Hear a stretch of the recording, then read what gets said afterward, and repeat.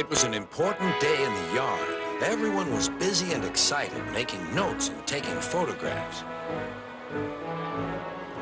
A special visitor had arrived and was now the center of attention.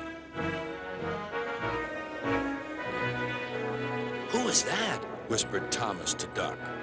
"That," said Duck proudly, "is a celebrity." "A what?" asked Percy. "A celebrity is a very famous engine," replied Duck. "Driver says we can talk to him soon." "Oh," said Thomas, "he's probably too famous to even notice us." Just then, Gordon arrived. "Huh," said Gordon. "Who cares? A lot of fuss about nothing, if you ask me." And he steamed away. Later that night, the engines found that the visitor wasn't conceited at all. He enjoyed talking to the other engines till long after the stars came out. He left early next morning. Gordon was still complaining. "Good riddance," he grumbled, "chattering all night.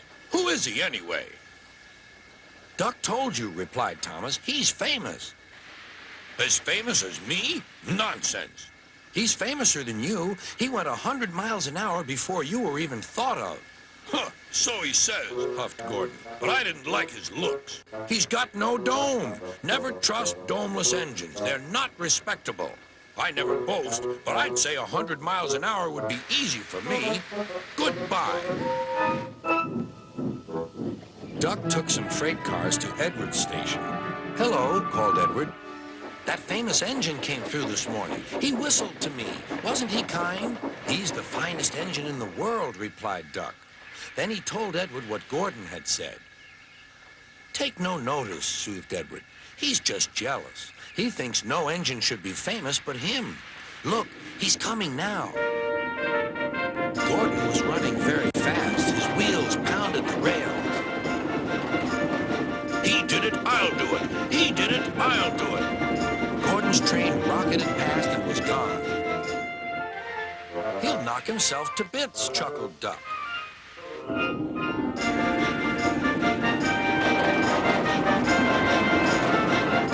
Gordon's driver eased him off. "Steady, Gordon. We aren't running a race." "We are then," said Gordon, but he said it to himself. Suddenly, Gordon began to feel a little strange. "The top of my boiler seems funny," he thought. "It feels as if something is loose. I'd better go slower." But it was too late. On the viaduct, they met the wind. It was a teasing wind which blew suddenly in hard puffs. Gordon thought it wanted to push him off the bridge. "No, you don't," he said firmly. But the wind had other ideas. It curled round his boiler, crept under his loose dome, and lifted it off and away into the valley below. Gordon was most uncomfortable.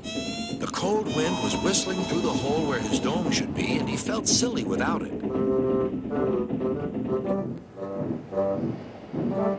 At the big station, the freight cars laughed at him. Gordon tried to wheesh them away,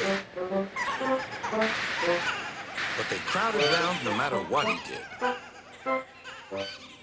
On the way back to the shed, he wanted his driver to stop and fetch his dome. "We'll never find it now," said the driver. "You'll have to go to the works for a new one." Gordon was very cross.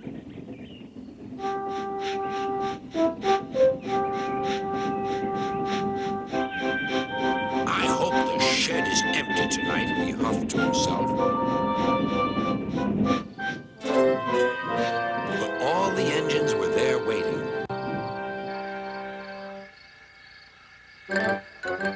"Never trust domeless engines," said a voice from somewhere behind him.